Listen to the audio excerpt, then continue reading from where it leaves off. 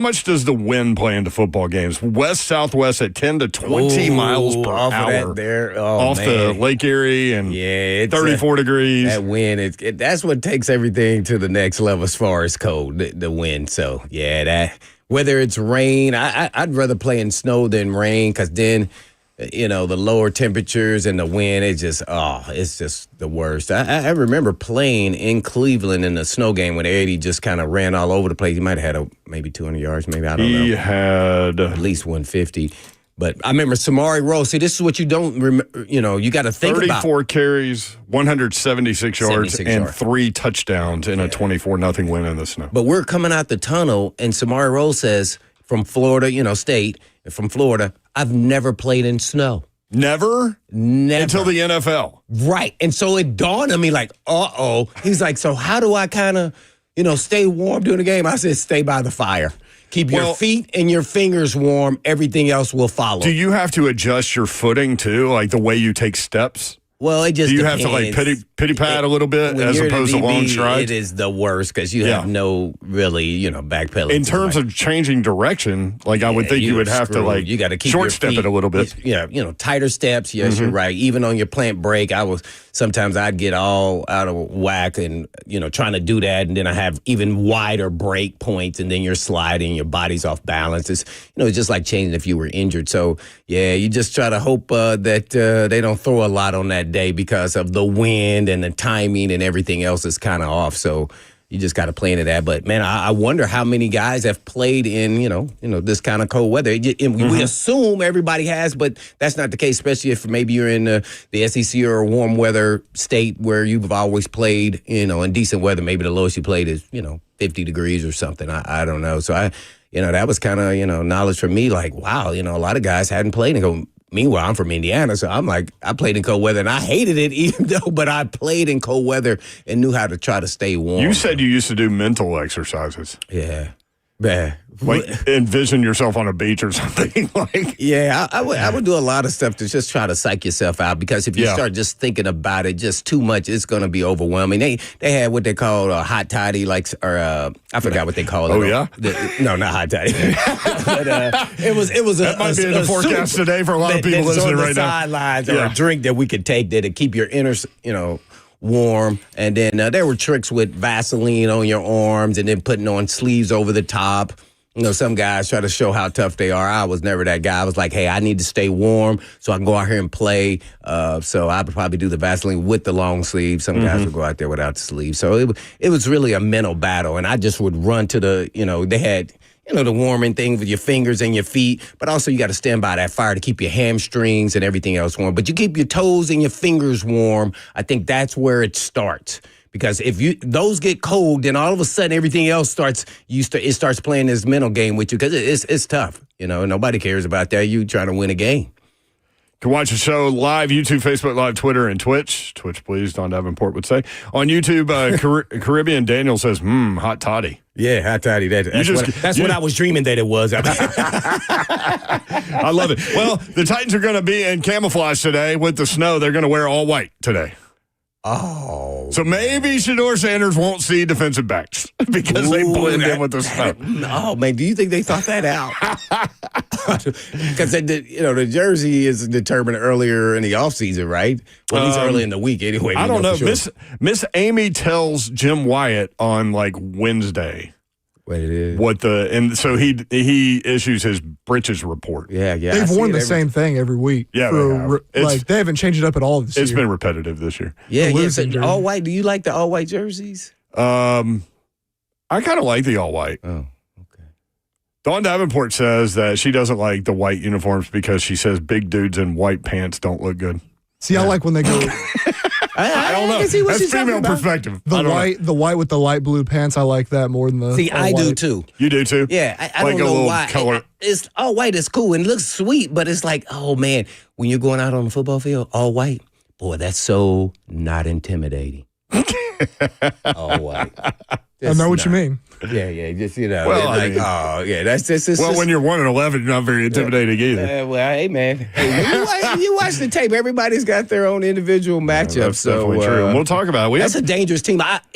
When I'm in the league and I'm playing a team like this one, I didn't like it because their team had nothing to lose. Yeah. So they could do something that we hadn't seen on tape. And I go, oh, my gosh. People think Cleveland and they're 3-9 or whatever they are. 3-9. But, Blaine, they have the number 2 defense in the NFL. Oh, no, they are blistering. Jim Schwartz. And it's not just Myles Garrett either, by the way. They have some dudes at every level. What do you think about Grant Delpit? I like him. Yeah, from LSU. I remember when he got drafted. Yeah. Oh, yeah, he's really good. Yeah. He's had some injury issues, and now he's kind of he's You're right. They've got a roster, man. They've got some dudes. They got corners, so they're number 2 get their in the quarterback NFL right. defense. That's really pretty much on offense, and then get some consistency there at the receiver position. But they've done pretty good as far as drafting and building their team. Yeah, Schwartz is, which I've worked with him. He's one of the lead DCs in the NFL. Yeah. He's good. He was on the staff for several years when you were here, and then coach. Defensive coordinator your last year. Yeah. Very aggressive guy? At times it depends, but he's a 4-3 guy that that is that's when Albert and Van den Bosch and crew just was wrecking shop, and he would just let them go and then kind of do. You wouldn't really have to blitz, would you? Yeah, he didn't blitz a lot. He doesn't have to blitz with this group either, right? But he's got man-to-man corners, so he can if he needs to. Yeah. So I think he kind of still plays by that and the wide 9 and all those things. So yeah, he's solid, man. He knows what he needs to make his defense effective. That kind of what took Keith Bullock's career to another level because he was super athletic and could play the pass as well as the run. So from your position at safety, you mentioned Van den Bosch and Hainsworth, those guys up front. And that's when they had Griffin and Hope. You played with Curse too. How helpful is that for the back end of the defense when you have a Myles Garrett and when you have pass rushers like that? Oh, man, it makes everything. You don't have to cover as long, right? Yeah. It makes covering, not long at all. You got to try to make plays, so you kind of start cheating a little bit. It works hand in hand. Sometimes you'll have, coverage sacks, and then when you have a dominant front that can get after the passer and there's a passing situation, it makes life so much easier. Even if you just have some average starting corners in the National Football League. So, you got to have the front. I mean, we had Finnegan when they had Van den Bosch and Albert and those guys. Mm-hmm. We had Finnegan, and then who was the other corner? Was it Jason McCourty at that time or no? I think it was else? McCourty. Yeah, so solid guys, solid corners in the NFL, solid starters, but no elite level, talking about Pro Bowl or All-Pro type guys. Guess what? Those guys look like they were, though. Yeah. They did. Ghost says Browns will just see floating helmets today with the all-white uniforms in the snow. Oh, my. Maybe. Hey, it may work in, the team's favor. I don't know with the all-white. So it's supposed to snow a lot? It's only supposed to be like an inch or so. Oh, so that's not anything. It'll look cool out there, though. Although you never know around the Great Lakes. I mean, that's one of the coldest things. Once that lake effect turns on, I mean. And the hardest part is the ground is so hard. Oh, yeah. Like I can't imagine what that should be illegal. They should have heaters under the stadium. A lot of stadiums do that now. Right? Mm-hmm. Yeah, keep it a little moist there where it could, you can play and break. You can't play and break on brick. Larry says, y'all remember the Red Titans jerseys from the early 2000s? Never worn in a game. I know. People, oh, man, I sure wanted I know that's a popular topic. Oh, I wanted to wear them. I thought on Christmas Day when we played the Cowboys, they were like, no, we're not wearing red jerseys. But I don't know where they got that from. I was like, oh, no, they're just trying to trick us. We're going to at least wear them. We're going to switch at halftime. I've heard from multiple players on that team that y'all all thought that, right? Oh, man, because they were selling them all over the place all season. You still see them. And I was like, I still see 23 Bishop red jerseys. Oh, my God. Big Pen is another one. Oh, man. That was wishful thinking then, especially when we put a whooping on the Cowboys that day. So that was great. Daryl in the Borough says, watching the trenches all day today. I mean, that's where this game's going to be. This is going to be a slugfest. Yeah, that'll be interesting to see how the O-line from the Browns stack up. Solid group against. They're not bad. Yeah, they can run the football. No, yeah, I better get ready for John because he bringing it. Yep. Ooh.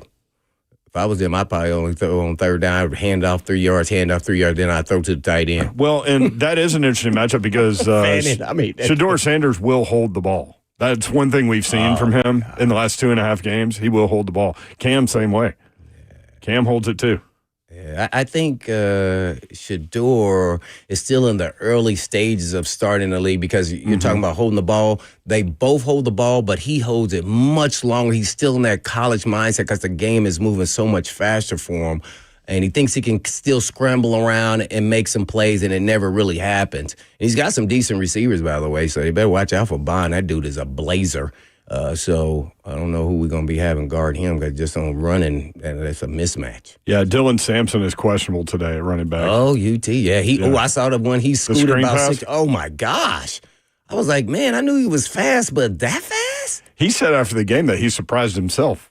Man, he looked like he was. I'm like, man, that look every bit of like he's more like 4.3-ish, 4.38-ish. He was cooking. He's got a calf injury.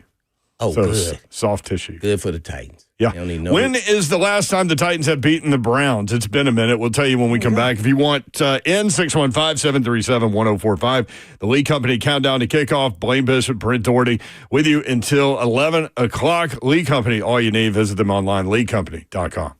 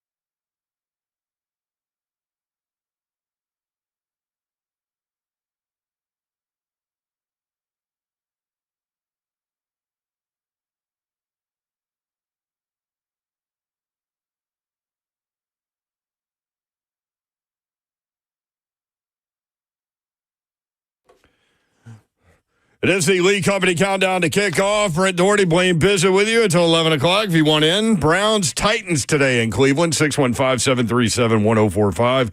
Lee Company, all you need. Visit them online at leecompany.com. The Titans trust their home stadium to Lee Company to tackle their heating, air conditioning, plumbing, and electrical problems. They can protect your home, too. Your next play, visit leecompany.com. Lee Company, all you need. Blaine, the Titans have not beaten the Browns since September 8th, 2019. They've lost the last two. They don't play that often. Titans are obviously 1-11, worst record in the league. They've lost 7 in a row. That's tied with the Giants for the longest losing streak in the league. They have a negative 158 point differential, which is the worst in the league, and it's not close. Raiders at minus 129. So, I guess most fans are, do you want to win? Do you want the overall number one? We were talking before the show. That quarterback class, don't know about it. You know what I mean? Like, everybody pushes 1, 2, 3 quarterbacks as we get toward the draft, even if you're not seeing it now. Maybe Mendoza's that guy, I guess. But in terms of equity, draft equity, what do you have with the number one overall pick? It all comes down to quarterbacks and who needs one. And Cleveland may be that team. People are saying that Cleveland wants to draft a quarterback in the first round, and that would be 3 quarterbacks taken in the last 2 drafts for them if they do that. Yeah. Well, I mean, it's the Cleveland Browns. It's what you expect. I guess you just got to keep swinging, right? Right? In the draft right now, Ross, like trying to figure out, because if the Titans are 1, like, why would they want to move up if they're 2 or 3? And then who are the quarterbacks coming out that, maybe Simpson stays? Like, I don't know if that even is an option, but, what if that happens? Yeah, he's a senior. He could come out. That's he can another come guy. out, but does he decide to stay? Because he's only had this season as the normal starter. He had a couple starts before that. I don't know if he can stay. You don't think he can? I don't know that he can stay because he's a senior, right? Yeah, but...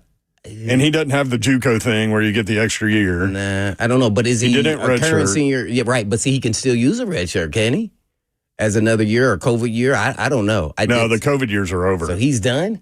Yeah. I think he's done. So Castellanos at Florida State, similar situation. He filed a waiver with the NCAA that was turned down. Same deal. He's a 4-year guy. But his freshman year, check this out. He played 5 games. Yeah. That's 4. Why would he play 5 games? I don't know. He was at Boston College at the time. 4 games gets you the red shirt. He was at that year. He was at UCF. Oh, okay. Eesh. Yeah, dang. I don't know. I just don't know if there's going to be enough Titans. The luck of the Titans would be you have the first pick, and then hopefully there's only one. I'm trying to make sure it's one elite guy. That way everybody wants him, and there's a separation between him and the others. Those guys, even if you don't see it now, usually get created between now and April, right? Of course. And there are 2 separate drafts. We all know this. We were talking about before the show. There's the draft and there's the quarterback draft. Coach Mack talks about that all the time. Yeah. So sometimes quarterbacks get drafted higher than they should because they're quarterbacks. Mm-hmm. And everybody's always looking. Yeah. Cleveland is sitting at 5 right now. There's 4 teams that are 3-9. Cleveland has the worst strength of schedule, so they're sitting at 5. Titans currently would have the number 1 overall pick, obviously, if the draft were now. The Raiders have 2 wins. They play the Broncos today in Vegas. Denver favored by 7.5. Right. Giants have 2 wins. They're off today. So they don't need a quarterback. See, that's what I'm getting at, Dart. They don't. And the Saints have 2 wins. They play in Tampa today. The Buccaneers are an 8.5-point favorite. So it's likely that the Raiders and the Saints both lose today, meaning they will stay at 2 wins. So if the Titans win in Cleveland, their draft percentage for the overall number 1 pick goes down pretty significantly, too. I've got the numbers a little bit later. Man. So the Raiders definitely probably will take a quarterback, whether they start him this year or not. I think they're definitely going to go that way. Yeah, so that's 2. And the Saints have Tyler Shuck, who they drafted last year, but they still could. Right, because he was a 2nd-round pick, I think. I think he was a 2nd-round pick. They're second, but they could maybe possibly. I would definitely sell that if I'm them, if whether how they feel on Shuck or not. But man, that's so if it's only one guy, and if they are the number 1 pick, you want it to be that elite one guy. If that's the case, I think it's going to be Mendoza, as you mentioned. But man, could be Ty Simpson. Yeah. Those are the 2 guys. I like Simpson. Right? So But where are y'all on Drew Aller? Remember him? Oh yeah, for Penn State. Did he get injured? He did. But he. That's why people am I wrong forget here? about him. Can he come back too? Oh man, he's out. His stock plummeted this year. Yeah, like he was a projected first round. Now, no doubts about it. And yeah. It's funny, like when scouts talk about him, because like to me, he's like in the big games, he goes behind a bush, like you don't see him. But scouts love his arm, and he's mobile. Right, his talent. Yeah. So it's weird when guys like that get rated higher than you think they should. Yeah. You know when I watch Mendoza, though, you know what I think? What do you think about Mendoza? Kirk Cousins. Okay. That's what I do. I think his career would be somewhat similar to him. Now, Kirk Cousins was a 4th-round pick, but we all saw once he got into the league, I think he reminds me, I get that kind of vibe from him. Yeah. Yeah, maybe a little more clutch, too, by the way, at least at the college level. The top 2 players are Reuben Bain Jr., the edge rusher from Miami, and Peter Woods from Clemson. Then, according to CBS, then they have Fernando Mendoza, number 3. I don't know. I know, but Bain, usually the top quarterback goes number 1. Yeah. I think I don't know the way that they scouted players this previous year with Berganzi. I don't know if they like Bain because he doesn't have the arm length. He doesn't look like that pass rusher, and they have a model for every position they're following, just kind of being like recruiting. And I just don't think he fits it. Even when I watch him, I don't see elite level. See that once again, which they need this position, pass rusher. They do. I don't know much about the Woods kid from Clemson. I know he was highly rated. 6'3", 310. Yeah, I'm not feeling all comfy and cozy about, a pass rusher that's elite and has kind of set itself apart from like the Abdul Carter type players, at least athletically, whether you get that out of them or not. But you see elite level athleticism. Arvell Reese is another guy that people are kind of pumping up at the edge. Yep, 6'4", 243. And Keldrick Falk, defensive tackle from Auburn, 6'6", 285. Yeah. I watched him a little bit in the Bama game. So T.J. Parker from Clemson also, edge rusher, 6'3", 260. Yeah. So that's why I'm hoping they can trade out. I get the first pick. Let's solidify the first pick. I don't know how you do that. But, and then you can trade back. Hopefully Mendoza stands out over the rest. You get a nice little trade capital and then get a couple picks in the first round. That'd be awesome. CBS has Fernando Mendoza ranked number 3, number 1 quarterback. Then they have Ty Simpson from Alabama, Dante Moore from Oregon. Looking for quarterbacks. Those are the top 3 guys according to CBS. I'm scrolling. I haven't watched that much of Dante Moore. What you guys know anything much about him? I know he's Oregon, but like what's his size? Like, is he's he big. A pro-style quarterback, or is it more Oregon system? Yeah, I think that, honestly. Yeah. See, that's I haven't seen him a lot, a couple times. 6'3", 208. Oh, he's got decent size. Yeah. I know I saw him running. I know he's a good athlete. Oh, he can run. Yeah, so maybe he's in it. But how long has he started? How many starts? That's a great question. Did he start last? Transferred in, right? Yeah. Ooh. I don't know how much he's a starter. They've got Josh Hoover from TCU, the 4th quarterback, but he's way down the list, number 56 overall player. Oh. So those are the 3 guys, apparently. John Mateer from Oklahoma. No, he's coming back, right? He was on track for the Heisman, then all of a sudden he got injured. Broke his hand. Yeah, then he looked a little bit different. What it looked like from eyeball tests and statistics too, after he came back from breaking his hand, he didn't run the ball as much. Quietly, they were saying he had something wrong with his knee, like he had a bruised knee or something. Yeah, maybe. I don't know. He ran it against Tennessee pretty well, but but that was like the 3rd game back, right?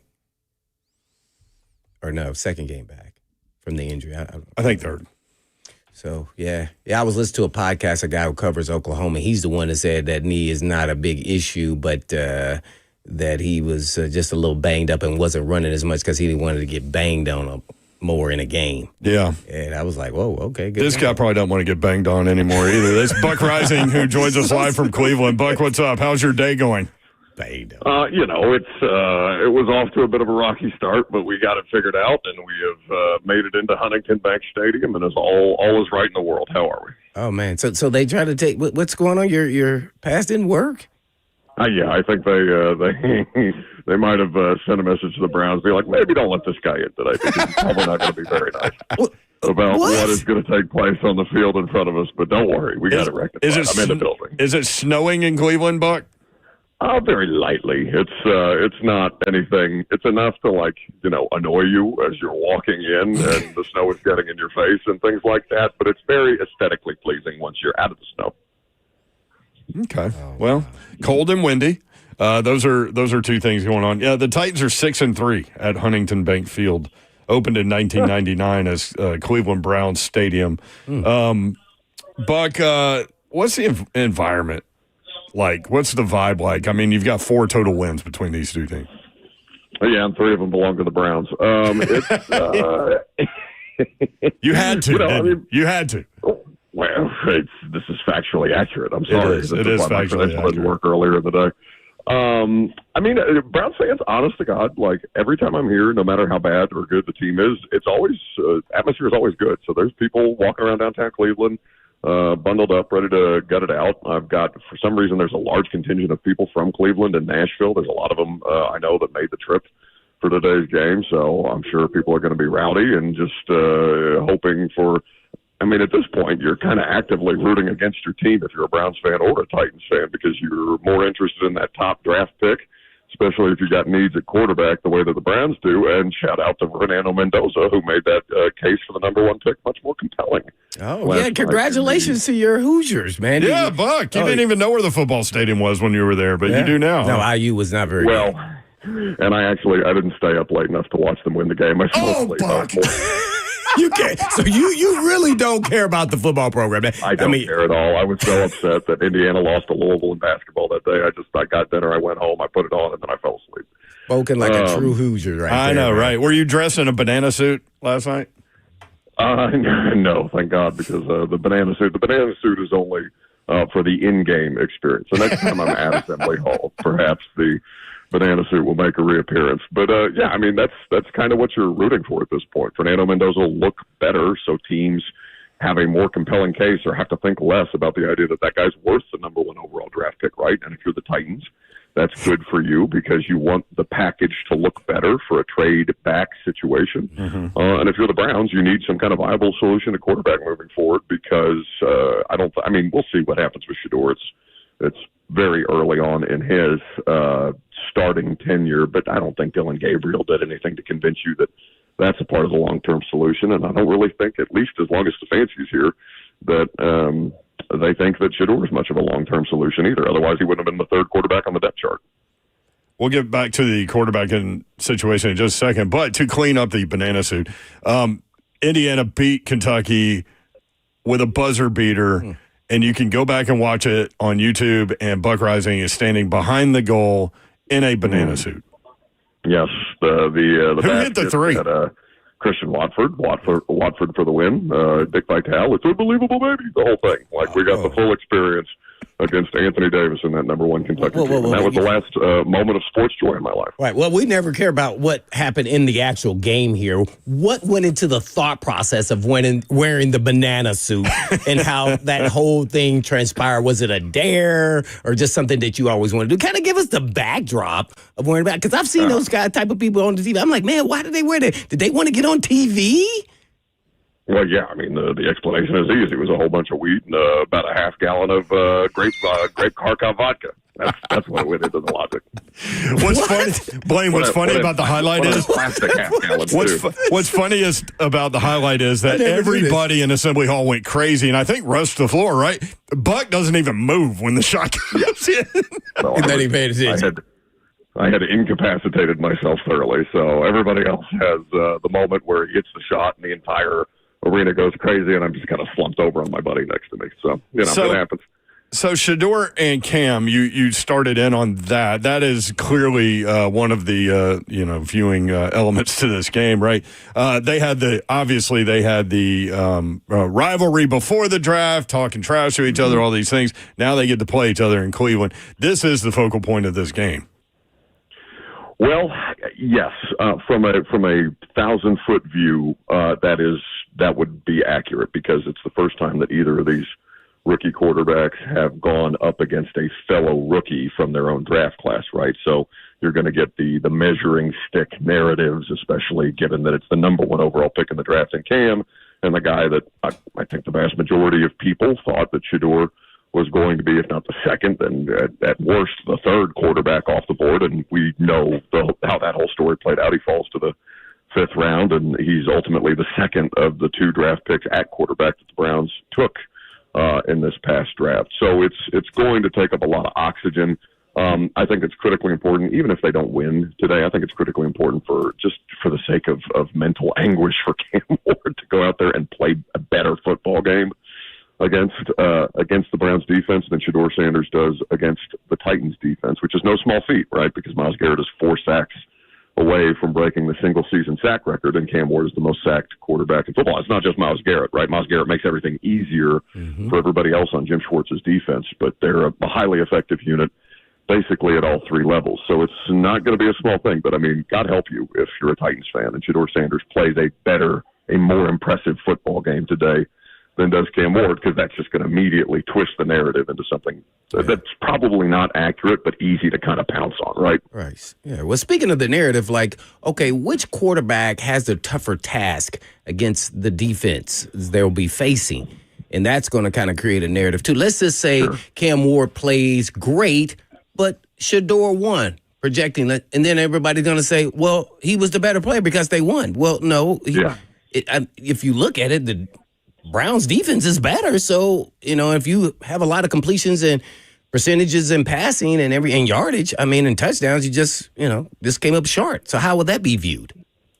Yeah, that will be different for our purposes, right, Blaine, on a local level than it will be, because First Take will probably open up with Shedeur Sanders have been the number 1 overall pick in the draft if he goes out there and beats Cam Ward head-to-head. So we understand that there's going to be a difference between how we discuss these things in the context of the nuance required that actually matters versus what's more interesting, right? That's the whole Ron Rivera quote, what's important versus what's interesting. If Cam Ward goes out there and plays a good game against this Browns defense, it'll be as impressive as anything he's done this year because of the degree of difficulty. He won't care unless he wins, right? I love that he's a results-oriented person. I love that that's what matters most to him at his core, that he doesn't have to be statistically impressive.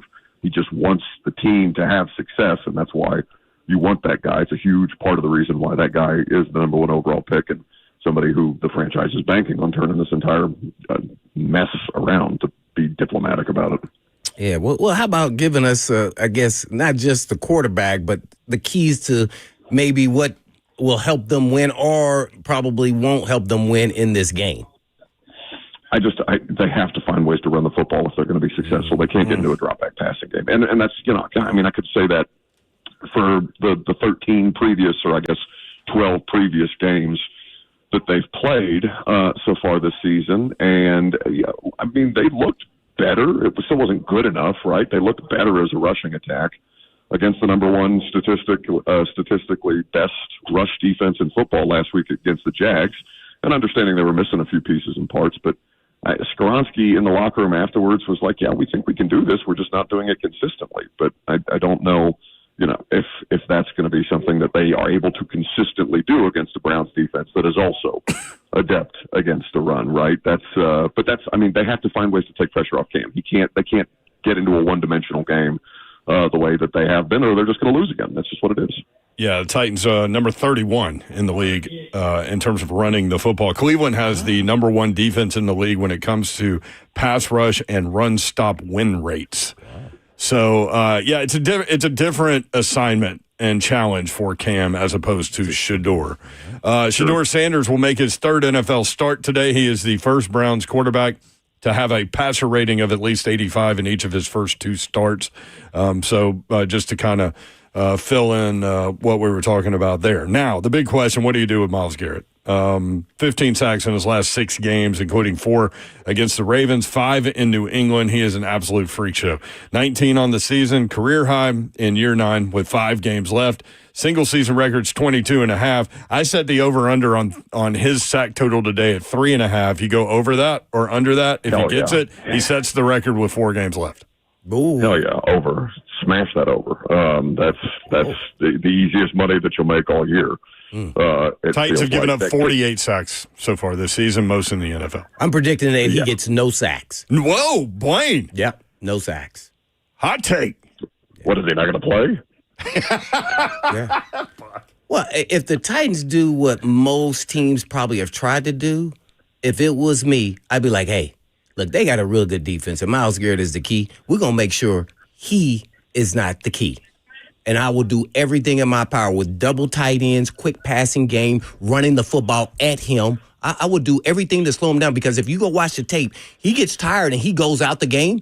And then now you can now unleash a little bit. And sometimes he just takes off on like the first and second down so he can come in the third down and rush the passer. So I think they need to have that kind of mindset.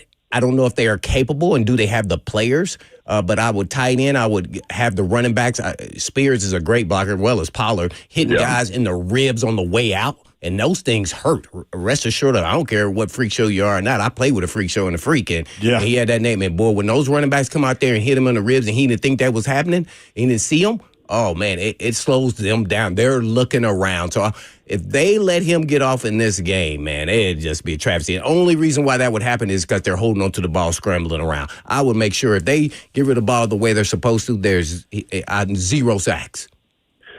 Yeah, and that was kind of a disappointing part of last week, right, against the Jags, because he had done that against better defenses. Yeah. And Jags aren't bad, but like better quality defenses across the board in Houston and then against Seattle. And then progression is not linear for any player, but much less a rookie quarterback in his first season. So he was due for probably a bit of a setback, and you just saw some of those habits start to creep back in, where he's running out of the back of the pocket. He's holding the ball. He's trying to extend plays.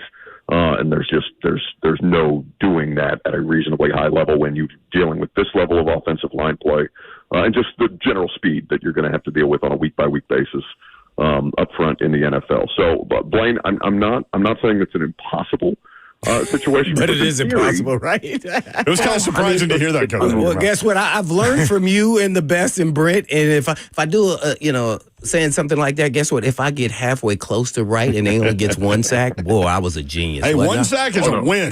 I mean, a win. See that, Buck? See, I take notes from you, Buck. Listen, you're smarter than me in a great many areas, Blaine. But I would say that if that comes to pass, you will look like the smartest person on the planet, because that would mean that the Titans have out-toughed Myles Garrett, and that is not something I believe this team to be capable of. So, from an injury situation, by the way, Buck Rising joining us live from Cleveland on the Lee Company Countdown to Kickoff, available 24/7. Put Lee Company on your team to tackle your home's heating, air conditioning, plumbing, and electrical problems.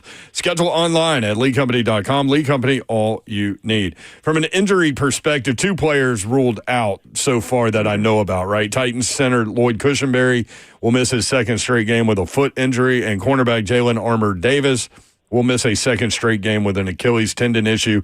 Listed as questionable, safety Kendall Brooks has missed 3 straight games in concussion protocol, and defensive tackle Shy Tuttle, who missed last week with a concussion. What do we need to know injury-wise? Have you heard anything new? Yeah, so the only addition that I would make to that is that Kendall Brooks has no injury designation. They changed that yesterday from questionable to full go, so he's available as a special teams player. Okay. And that Shy Tuttle is officially out with a concussion at this point in time, so he will miss another game. The Cushenberry thing is interesting, right? Because I think that in talking to the coaches so far this week, we've seen this before, and really just the last time that we were up here for a Titans-Browns game. That was 2023. That was also a lopsided result. Myles Garrett had a day against Andre Dillard, who was talking to us in the locker room about how Myles Garrett, kind of took him under his wing after the fact and said, "Hey, little guy, it's okay. It happens," which is one of the most ridiculous locker room quotes I've ever heard in my life. But they plan to see Garrett deployed across all different positions, all different manners in this front, right? So I think you're going to see a lot of Myles Garrett head up over center against Corey Levin, who's obviously smaller and less athletic, and would present an easier matchup than. I mean, it's not like Myles Garrett can't beat Dan Moore or J.C. Latham if he wants to, but he'll have a much easier time getting to Cam Ward at a much faster pace if he can just rush through the middle. And so I imagine they've been game planning a lot for that today. Yeah, Zeitler, Skoronski, Corey Levin, and you might argue that that's a better scenario or a better matchup than just leaving Dan Moore or J.C. Latham out on an island, which of course they shouldn't, or I mean, I think they shouldn't do that. That seems like a bad idea, but it's the fastest path to the quarterback if you can get pressure up the interior, and I would expect Jim Schwartz to be licking his chops at that idea. Well, caveat on my no sacks, if they put him over the center and the guard, then that changed my thought, especially Zeitler. I mean, and even if he doesn't get there, and even if he doesn't get there to finish the sack, that is a problem up the middle. That disrupts the run game, everything. I never remember him putting Van like he's playing safety again. Caveat, man. Man, they put him over the guard and center. That's and most of those guys on the end don't want to be up in that action like that. So, well, this one's built significantly different than your average edge guy. So I don't think he's worried too much about getting a little dirty. Jim DK has certainly been a bright spot. What makes him great, y'all? And what do you think the ceiling is for this dude? He continues to lead the NFL in all-purpose yardage, and it's not close. And he's getting a lot of opportunities, right? Because people score points against the Titans, but I don't want to take that away from him because he's maximizing those opportunities. Yeah. But just by volume, like he's getting a lot of those chances, and he does well with them, right? He's a legit game changer. He has 50 kickoff returns, 17 punt returns. To your point. Yeah, it's an outrageous amount. So how's that compared to the guy that's in second? Is it close? Well, I didn't look at that part of it. Christian McCaffrey's second in all-purpose yardage. But he's returned 17 punts, averaging 21.2 yards per punt return and 2 touchdowns. He leads the NFL in punt return yardage and return average. He leads the NFL in kickoff return yardage as well, 25.6 yards per kickoff return, which is not number one in the league, but he does have the yardage because he's returned so many kicks, long of 71. I mean, I thought this guy would be good in terms of like transcontinental routes, as Coach Mack likes to say, from the receiver position. I didn't know about the return game thing. Yeah, no, it's not something that I think, at least I wasn't hearing a lot of analysis from draft people about him being an impact player on special teams, and you knew he was going to play special teams, right? But that was the goal. Task. Yeah, it's a big task to ask him to be both their punt and kick returner. Those are two different jobs, and he's doing them very effectively. He's got good spatial awareness, and he's got the speed to be able to break these things. But he's got, I think, a reasonable amount of patience for a rookie, especially, to let these blocks develop in front of him, and then be able to take the path that the blockers are setting up for him on special teams. So, a ceiling. I think that he can continue to be a game-changing type player if they could get complementary football for once in their lives at this point in time, because if, the special teams continues to have to be the thing that you're banking on the most, obviously that's not a successful formula. And this is a team that has gone 4 games this season, or has had 4 games this season without an offensive touchdown, period. It's just, you're not going to find success that way. But as long as he's healthy, man, he's an impact player. And to their credit, I don't know what Cam Ward is going to be. I don't know what Gunnar Helm or Femi Oladejo are going to be. But Chimere Dike feels like if Kevin Winston, we'll see what that looks like. But Chimere Dike or Kevin Winston could be the best picks in the damn class. Yeah, no doubt about it. It's definitely a little surprising for me based off what we saw in preseason. Didn't get to see a lot from DK, actually. And then now to see him matched up with Faso, I think underrated. But I think, DK has a great feel for return for both kick and punt return. And I think it's kind of been a match in heaven there because they both have excelled in special teams. Where I don't even know where we rank, but I would assume that we're pretty much at the top of the heat there, just maybe top 5. So special teams with Fossil and DK, it has worked out to better than I ever could have expected. I'm got to be excited about where the special teams are compared to the last 2 years. Yeah, and Blaine, honest to God, that should be a part of the interview process for the next head coach for this organization. Are you willing to keep John Fossil? If yes, then you can continue to be interviewed for this job. If no, we appreciate your time, and you can continue to interview elsewhere, because anybody who doesn't consider him, if not outright prioritize him, is jeopardizing all of that progress that any of those guys have made, including DK. Yeah, he's the Brent Doherty of broadcasting. Yeah. Buck, while we got you, Big Jeff selected as the Titans Walter Payton Man of the Year. He got very emotional when Jelly Roll presented him with that honor. From questions about him pre-draft to this, he has held up his pre-draft promise to Miss Amy, where he told her, "I will not let you down." Really cool story. Yeah, and if I'm not mistaken, he's the first player for the franchise to be the Walter Payton Man of the Year nominee 3 consecutive seasons. And Jeff, to his credit, he has found ways to make an impact at a variety of levels, whether it's giving back to youth sports, whether it's participating in, and I can't remember the name, is it Narcan, the vending machines with Narcan in it that help with addiction recovery and things like that. He's been very active on that fund recovery front. So it's diverse ways that he's giving back to the community beyond just financially, and he actually gets out there and does it. And that's, it's one of the reasons why I'm glad they didn't give serious consideration to trading him.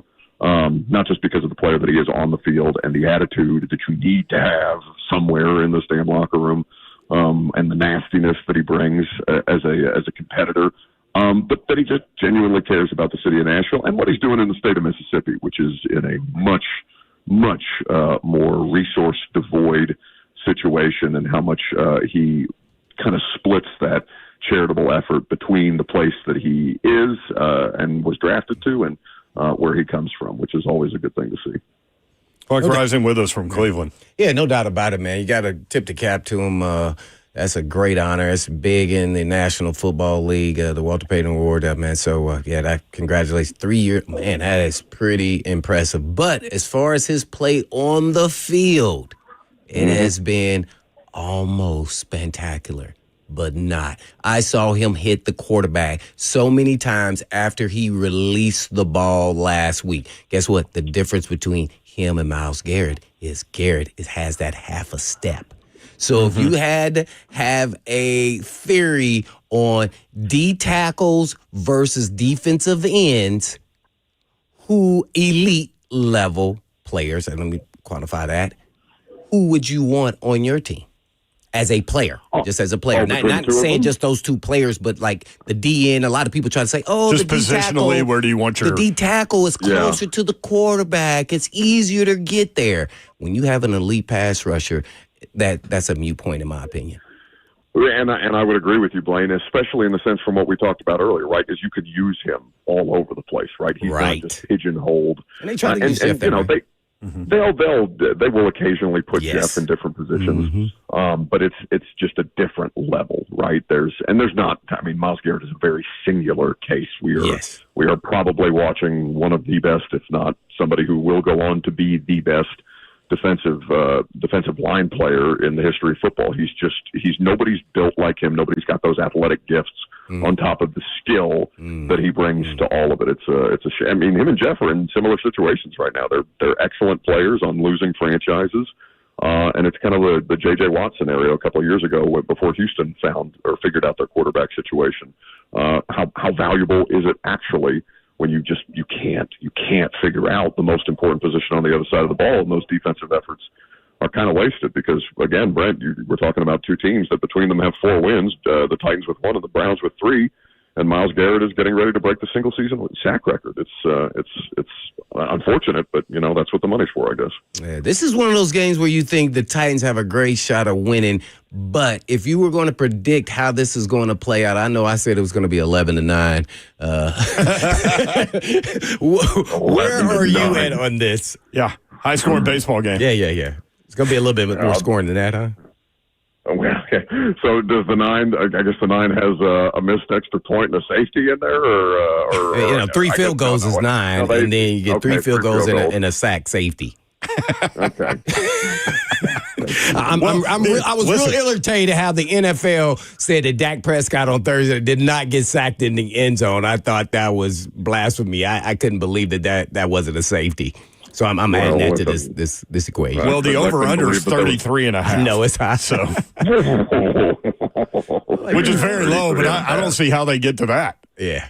Yeah, especially if the wind is doing what it is. I just blame they can't run the football. That's the thing that you have to have if you're going to compete in the AFC North. And so maybe today's the day that you get the one-game sample size of them doing something they haven't done all year. But yeah, I would probably take what I think the line last I saw was 4 in favor of the Browns. It's down to 3.5. It was 4.5 yesterday. It's down to 3.5. And the analytics site on ESPN has the Titans with a 47.1% chance to win today.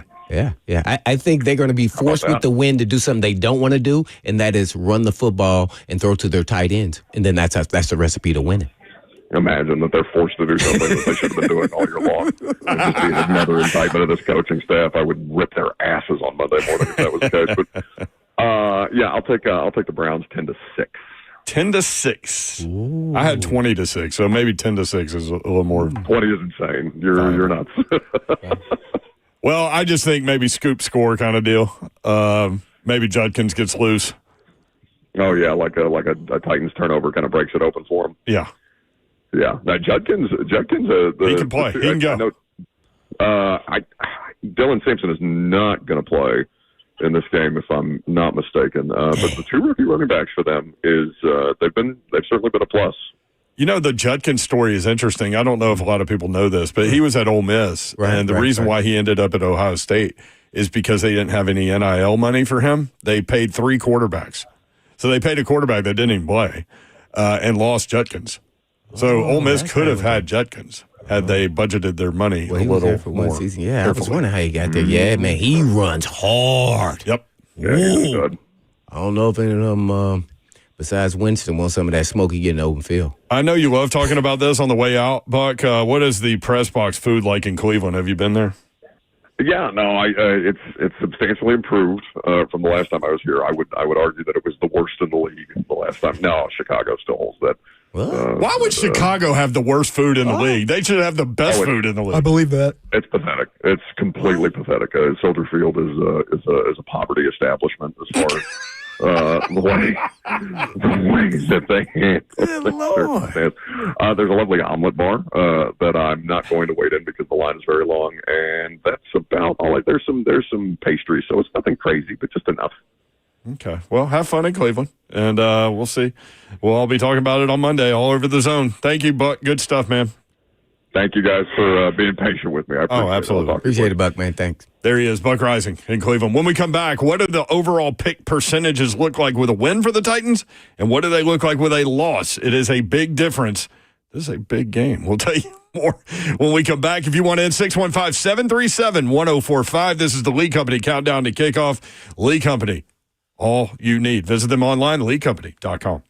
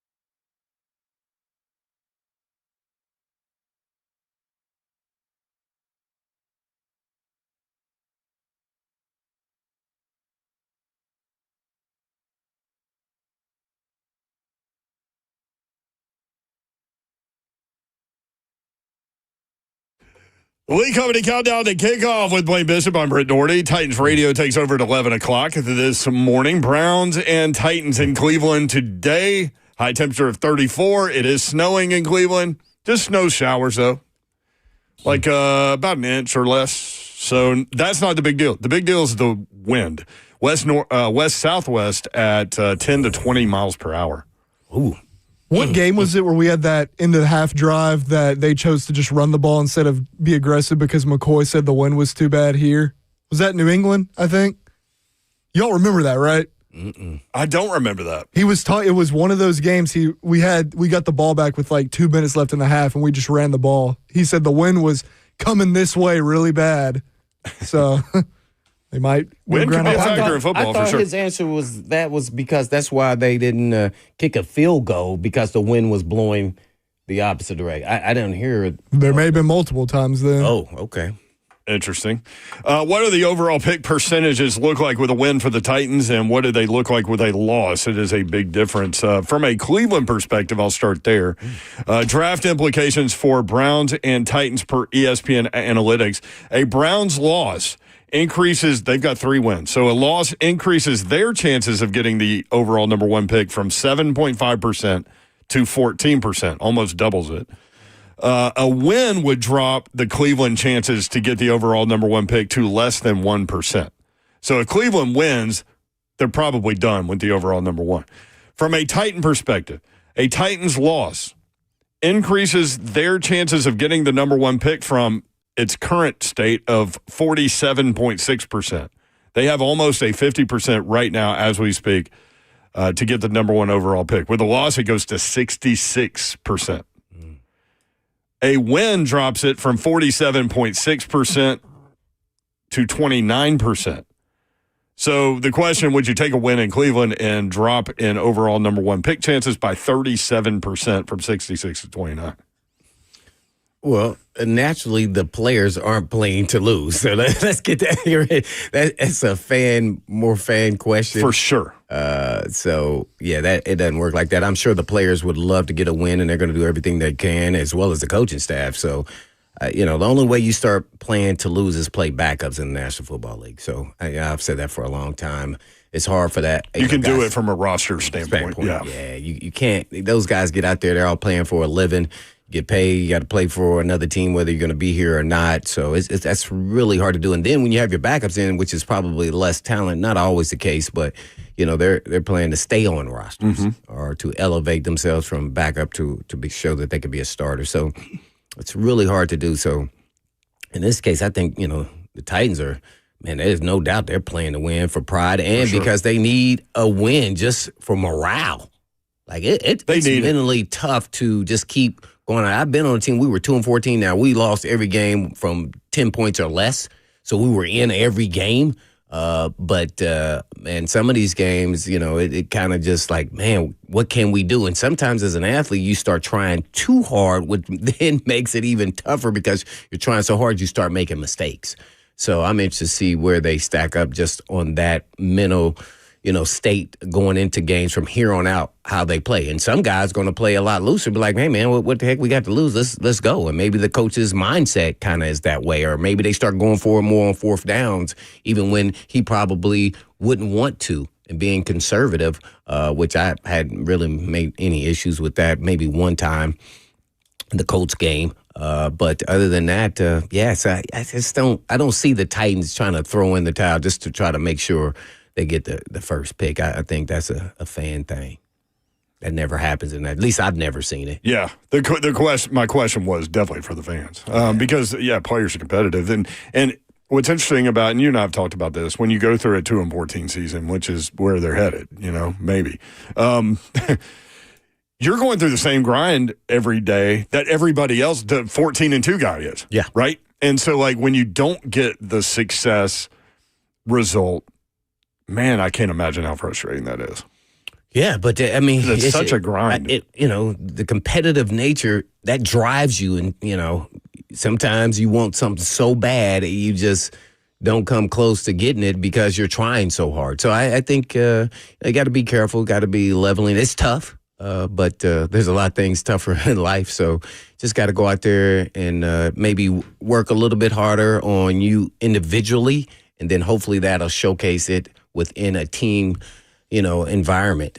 So, as Cam watching film even more, is kind of become an addiction to say, I'm going to fix all the things that I'm doing wrong to make sure that I do the best I can, even the little things. Are you standing there afterwards, extra film watch? What are you doing individually to say, I will be better? And to me, that's the task on hand. And, with a young team, who's rallying the troops? I tell you one thing, the defense, for a lot of no names outside of Jeff and maybe Hooker, man, I am stunned how well they are playing. I'm not saying they were elite, but, man, we getting a lot out of just solid, probably most of them backup players in the National Football Especially considering what they're not getting on offense. Right? Yeah. There's so many 3-and-outs, and they're right back on the field. And Greg Cosell said the same thing. That the Titans defense, I know a lot of people don't think about it like you just mentioned it, but that they actually are playing well, and I totally agree with you. What do you see from Kevin Winston Jr.?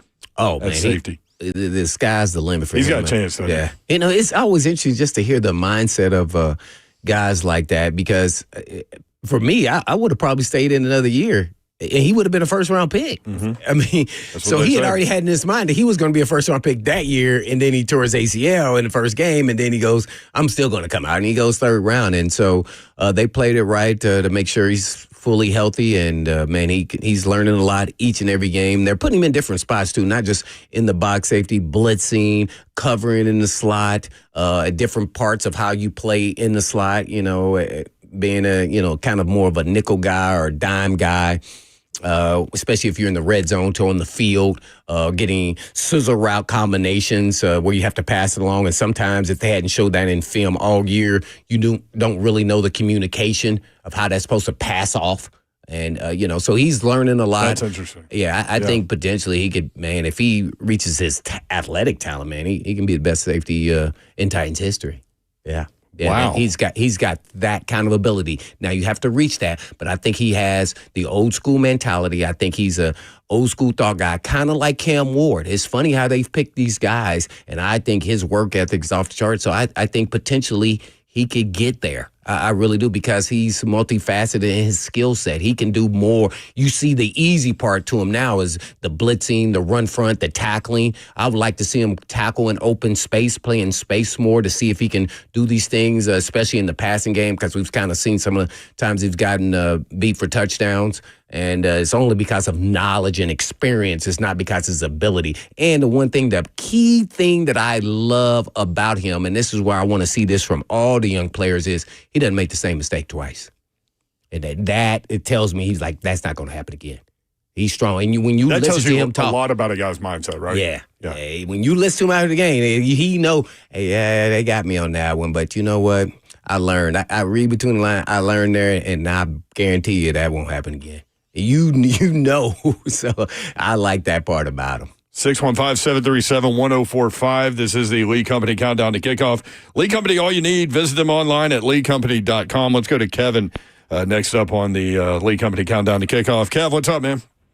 Good morning, guys. How you doing? Great, thank you. Good.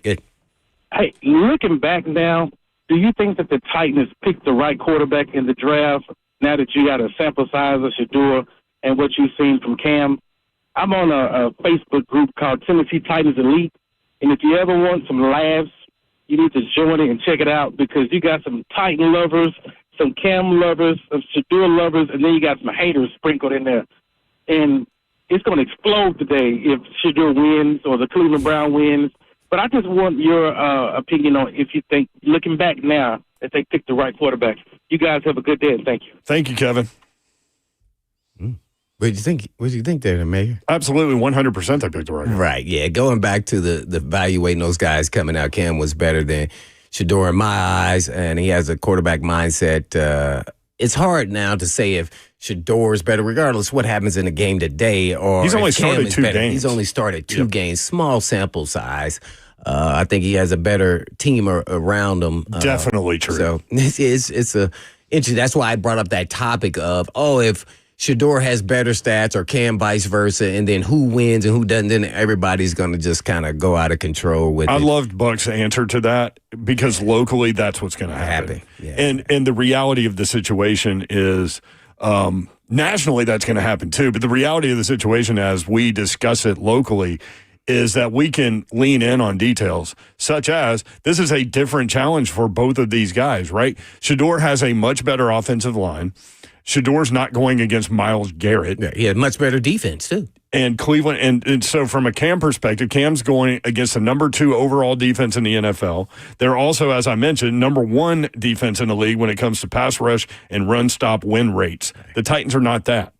So they have much different challenges ahead of them today, and it's going to be not fair, really. Not that, doing this job but I get what you're saying. No coming up with opinions isn't always fair. It's tougher for Cam than Shedeur. Now, Shedeur is young in his development as a starter in the National Football League, and he doesn't go to his progression reads. True. He's behind. He's late. He's still, he's not a polished quarterback, but you definitely see his talents is when he gets outside the pocket and he throws down the field. He definitely has the arm, but you have to throw on time most of the time in the National Football League. So he's holding on to the ball way too long. And I kind of compare him to when Cam was, let's say, 3 starts in.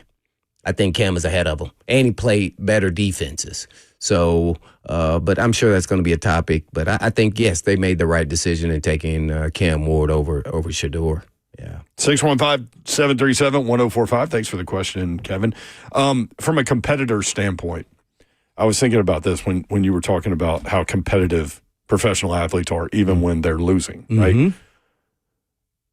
Big Jeff has heard all of this Myles Garrett talk coming into this week in this game and going after the sack record and all that. Do you anticipate getting his absolute best today? Like, is this an added challenge for him because of all the talk about Myles Garrett? That is funny you say that because I have not brought that up.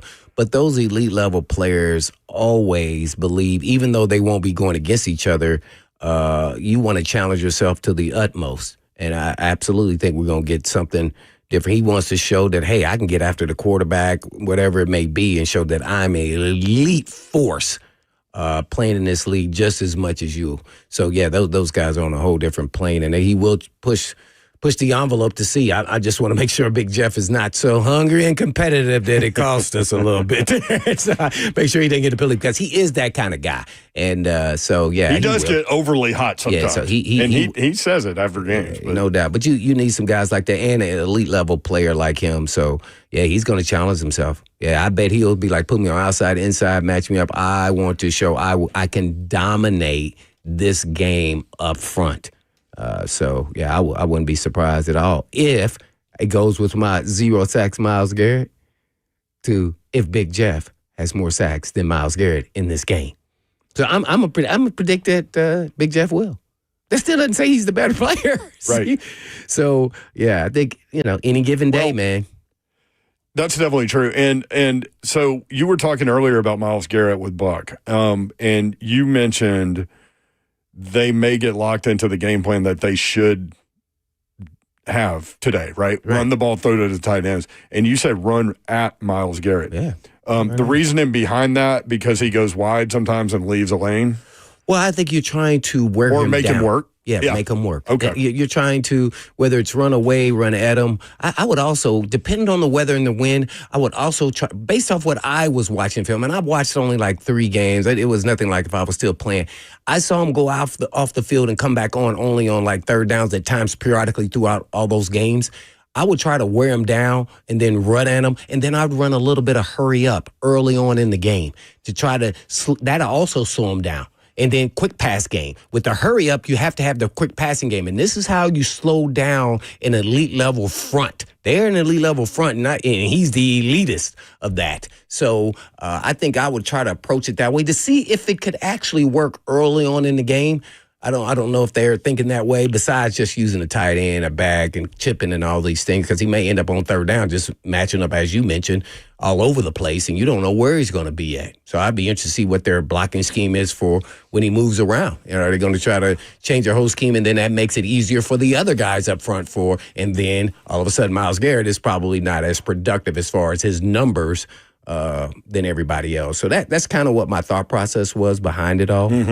That's kind of how I would approach it, because we could talk about guys, in the league, but when you already know a guy is a Hall of Fame level halfway through his career, these guys are on a whole nother plane, and we all know this. So I just think you have to approach the game is that he can wreck this game. Now, Jeff periodically can wreck games throughout a game, or maybe a game, depending on who he's playing. So 2 different levels of players. Yeah. There's the automatic, he is a Hall of Famer, to, he potentially can be a Hall of Fame player. And see, that's where they're at. And that there is a gap. It's no different than if you're in the Hall of Fame, there's different levels of guys in the Hall of Fame.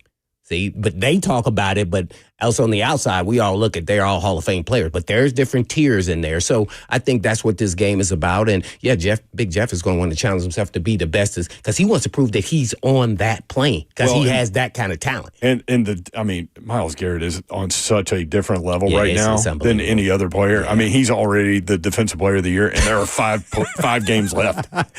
Hey, man. It's crazy. 19 sacks with 5 games left. Yeah, it's unbelievable. He's got a chance to stay injury free. He's got a chance to hammer that record. Just shatter that record of 22 and a half. Yeah, that's unbelievable. That's special. And he's, halfway typically through your career, a guy gets around that 28, 29. And if you're on that elite level talent, you're at a point now where you feel like you're invincible. Like you really believe that nobody can stop you. And he's getting better. And that's dangerous. In year 9. Yeah, he's licking his lips today. That's for sure. The Titans have given up more sacks than any other team, 48. That's why I said they have to do everything they can to say, we do not let this guy. I'm afraid that he's going to get the record. So either he's going to get none or he's going to get the record. In my mind, like you either had a game plan that we're going to stop this guy. Everybody else can get that. If they win their one-on-ones, fine. We never set no records against me, man. If I'm the offensive coordinator, no way. No way. I don't want that on my resume. No way. The record, 22 and a half, set in 2001 by Michael Strahan. And Brett Favre famously laid down on the last one. No. TJ Watt in 2021. The record is 22 and a half. Now, there were higher totals before sacks were recognized as stats. Oh. I think back in the 60s, maybe. It really should be Jared Allen. Is that why Ed Too Tall Jones not in it? Yeah, I don't remember. I don't remember who it was. I should have looked that up, but I didn't. I failed to do that. We are going to play Blaine, This Is Your Life a little bit when we come back. There are 3 moments that I want to ask you about in terms of your career playing in Cleveland. Oh. We'll do that next. 615-737-1045. It is not 3HL. Lee Company Countdown to Kickoff. Lee Company, all you need. Visit them online at leecompany.com.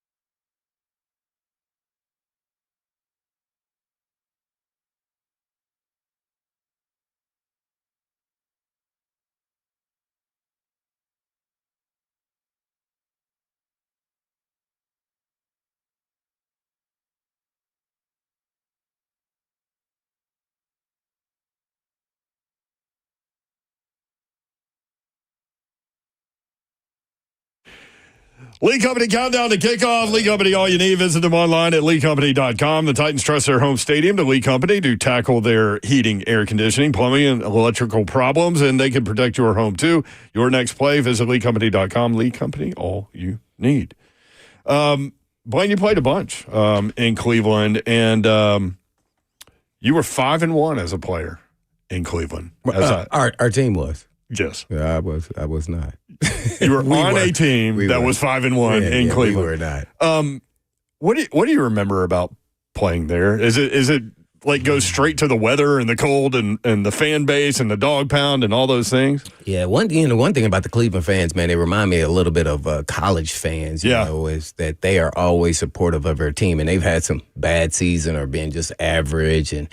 So, man, they're rowdy and they really, support their team. And, they're always loud, too. And they have the dog pound. So, I just loved bantering back and forth a little bit with the fans during games and stuff. Man, it was really cool. Yeah. So, it was, it's one of those deals where, I was growing up, I was in Indiana. So, you would see a lot of Browns games, mostly Bears games. But Browns, you would see the Browns every now and then. So, just remember that field and history and watching, guys like Bernie Kosar growing up and, Ernest Biner and all those guys, Webster Slaughter when I was growing up. I mean, I was just, different guys. I was like, dang, man, kind of Rob got a chance to play at some of these, historic places, and that was one of them, man, especially it was in the Midwest. So was Ernest Biner the running back that fumbled a couple of times against Denver? Yeah, I was in high school or something. Yeah, he was. And he's underrated, man. People don't understand. He's in the Ring of Honor at the stadium there with the Ravens because naturally the Ravens were the Browns and the organization moved to Baltimore.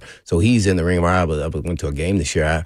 I forgot that he was in their Ring of Honor, and probably, he may get in as a, one of the older guys as far as nomination for Hall of Fame down the road. But, yeah, man, he was an elite player. We had him in studio on 3HL. I can't remember. Yeah, because he was a coach for the Titans, a running back coach, wasn't he? Was that what it was? At one point he was. And we asked him about that, specifically the one fumble where he was going into the end zone and they would have won the AFC Championship. And, man, he got emotional talking about it again. Yeah, because that's what all as a player, remember. You just don't, you can't But lose he was a those stellar player, man. Oh. People forget, I was watching running backs so closely back then because I was a running back in high school. So I was really watching all the running backs. I never watched the defensive backs. Who was your favorite guy growing up?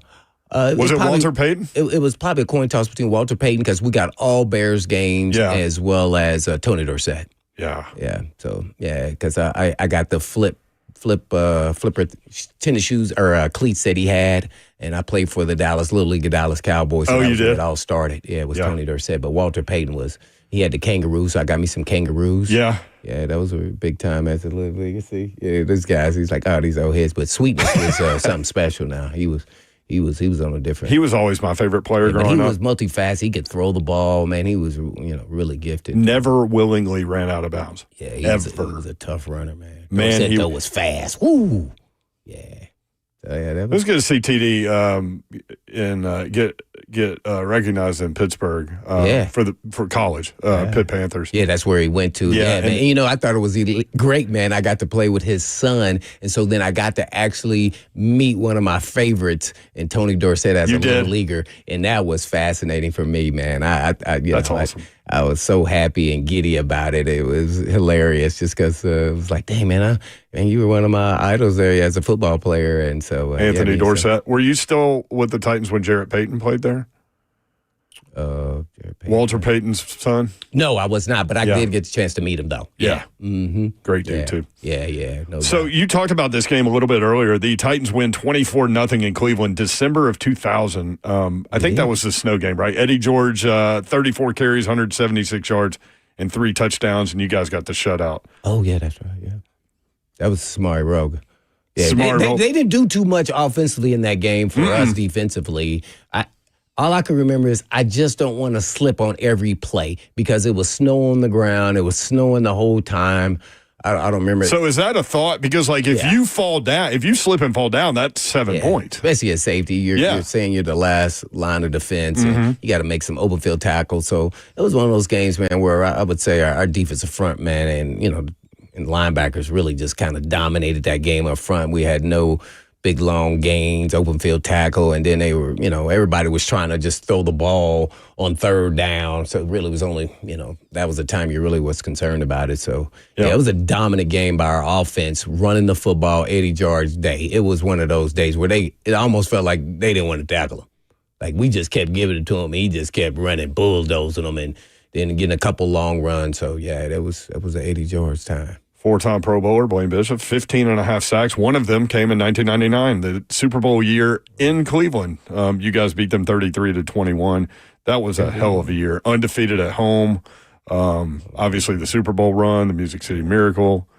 Hell of a year. And then who was the quarterback? Do we know? Who was the quarterback for the Browns then? That's a great Was that Couch? Tim Couch? It might have been Couch. 99. I'll look it up. I think he was. Yeah. I think that might have. I want to say it was his rookie year, but he was. And I think I had a little insight again. If I'm correct, they had Chris Palmer, as their offensive coordinator. He might have been the head coach, actually. He might have been the head coach and offensive coordinator. And there was some history there on how they ran plays. I think he was with the Jaguars as well as. Before I got there with the Oilers organization, he was there with the run and shoot. So I had a little insight on a little bit in my notebook on all the different things they did at his different stops. So I felt pretty confident going to that game. I love that you brought that up because I think fans would be interested to know when you're dissecting game plan, right? Like film as an individual player, you personally go way back with people. Yeah, you don't just look at what's going on this season with that team. Mm-hmm. So you mentioned Chris Palmer. You went 3 stops back. So that's kind of how you develop your confidence in, at least for me, to play fast and free. And you got notebooks on different receivers, but you also have to wait till the coaches put in the game plan, and then you try to play within the game plan of what they're doing to how they're going to attack us. And so I would go back and just kind of get a feel. Sometimes I'd go back 7 years. It would be like crazy. Guys were like, man, why are you watching this film? I was like, hey, man, that coordinator was there during this time, and they play a defense kind of similar to ours.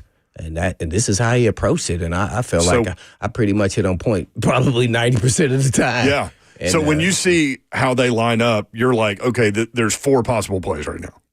So, stuff like that. Yeah. Well, that was kind of my stick. I never told him, but I had somewhat of a photographic memory, so I would just watch tape after tape after tape after tape. That's what all the guys thought I was going to coach, and I didn't tell them. But as soon as they line up, I said they're about to run 3 plays. I mean, you can literally see on tape I am already moving before the ball snaps, and they go what? And they'll slow mo it and would be like, why? Or where are you going? I was like, well, I just know that guard there took a half a step, and I kind of know what they're going to do there. At least I think I know. So, it's on film when other teams would watch me because I would dissect. I think they thought that they could get me on play action pass, but every game was a different game because you were kind of moving before the snap based off of that. Yeah, so it was. It was something that I used to my advantage. It was something that kind of grew to that. I was kind of that way in college.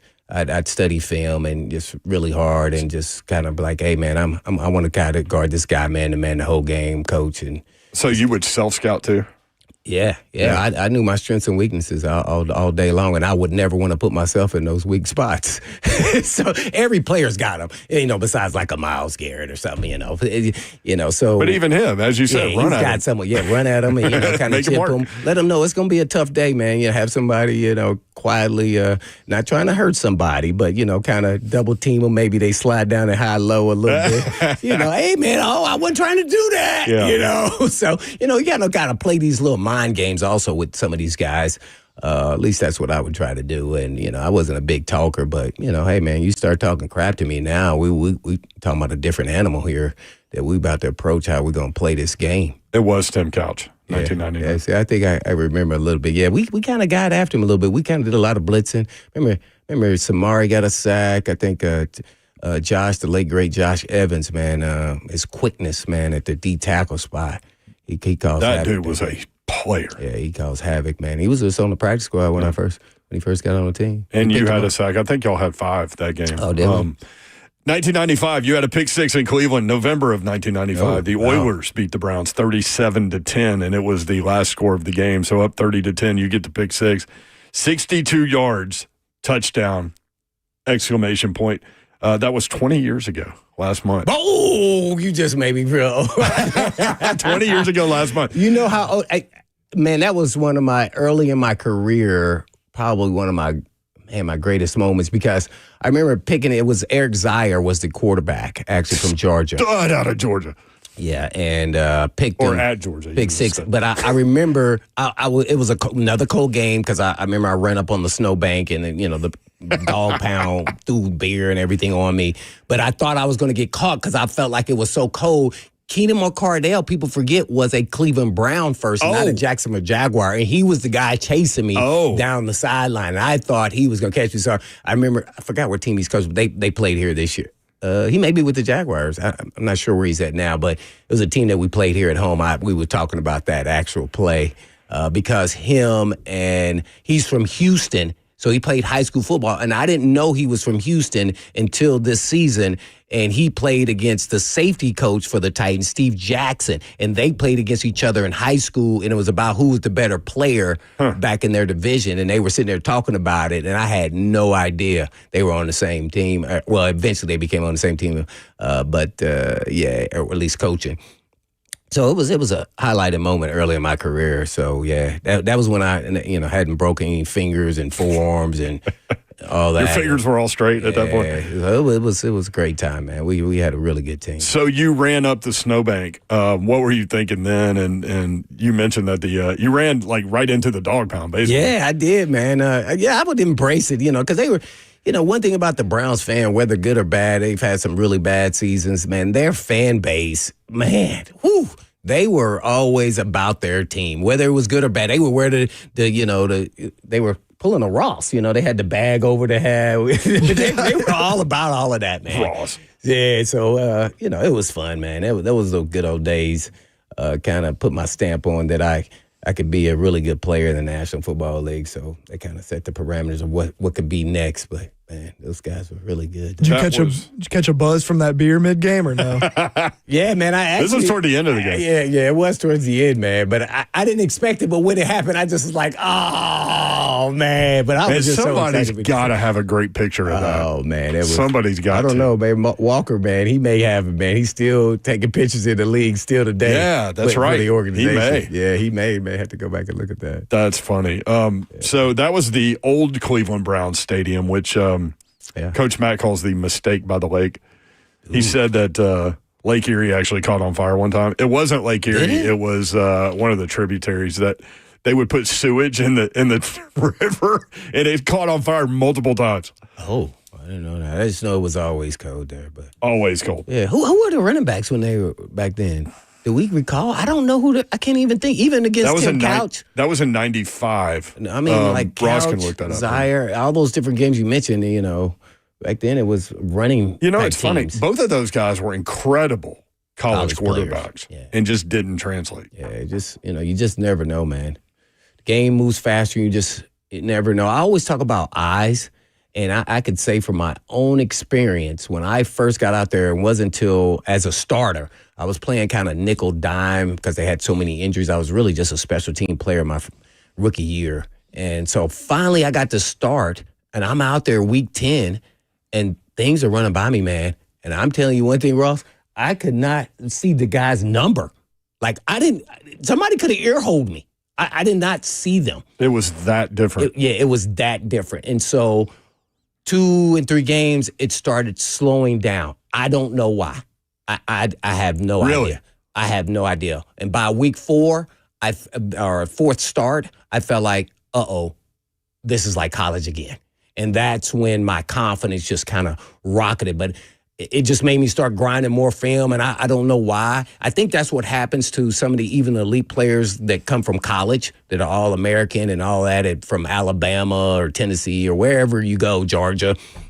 They get in the game, and they probably are not grinding the film, and they just start, feeling like things are moving faster, and they don't adapt and then continue to work hard. They keep doing the same things they did in college where I was always kind of the guy that I was the underdog, and I thrived on that. So I just kind of pushed myself to the limit, man. And it just kind of eventually slowed down. And then, man, I was super excited when that happened. I said, all right, now I'm about to ball. Well, and that's you've got the running backs, right? Yeah, so 95, Leroy Horde and Ernest Biner. I got to go Horde was against him. huge. Yeah, he had to wear the big pads. Big pads. Yeah, he wore those Jamal Lewis type pads. Where was he? Michigan? Leroy Horde, I think. He was a Michigan. 99, they had Terry Kirby and Kareem Abdul-Jabbar. Oh. The football version. Kareem Abdul-Jabbar from UCLA and Terry Kirby from the Dolphins.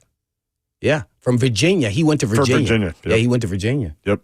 You're telling me there's a Kareem Abdul-Jabbar that also played at UCLA in the NFL? Yeah, he was a running back, man. That guy was pretty good. You know, some underrated running backs. Nobody talk about Kareem Abdul-Jabbar is in that playing. Charlie Garner. There, he's Incredible a UT guy. running back, yep. There are some underrated guys. What was the other Raider guy? Napoleon Kaufman. Oh, he was lightning. Like he was a legit boy. Ooh, and there's some guys you kind of take me down memory lane. I would have never thought of the names until you brought this up. Yeah, Charlie Garner, he came to Tennessee. Tennessee already had Little Man Stewart and Aaron Hayden, and they were dominant. And Charlie Garner comes in, and I remember like when they started practice, it was all the talk. He ended up like 7.6 yards per carry in the SEC back then.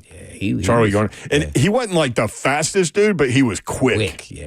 And he could beat you in a phone booth with the, I can give with my the scouting spin reporter move. right now. He always carried the ball in his left hand, and he carried it like a loaf of bread. And I was like, I'm going to tackle the ball. That way that's going to slow him down. I'm always be going after that ball because he was, boy, when he got no field, boy, you do not want, you It get was a embarrassed. spin move. He had one of the best spin moves I've ever seen. He had a nice tools in the toolbox, I would say. There you go. Titans offense ranks number 32 in the league. They have the 31st ranked run game and ranked 30th in the league in passing. They've scored the fewest points in the NFL. Big challenge today. I know they're a 3-win team, but that defense is legit for Cleveland. The Browns offense, not so much. They're not very good either. Ranked number 31 in the league. So these are the two worst offenses statistically in the NFL playing today in Cleveland at noon. They're 27th on the ground, 31st in passing, and 29th in scoring. Now, Cam Ward has gone 4 consecutive games without an interception after throwing one in each of the previous 6 games. He's been sacked 29 times playing in the last 7 games and has been sacked at least twice in every game this season. So, again, the challenge, obviously, is Myles Garrett, 3.5 sacks away from the season sack record. He's got 19 right now, 15 in his last 6 games. Shedeur Sanders will make his 3rd NFL start today. He is the first Browns quarterback to have a passer rating of at least 85 in each of his first 2 starts, 5th-round pick. We'll talk more about this matchup as we continue. We've got one more segment. If you want in, 615-737-1045. Richard's got his keys for the game. We'll start with him next. This is the Lee Company Countdown to Kickoff. Lee Company, all you need, visit them online, leecompany.com.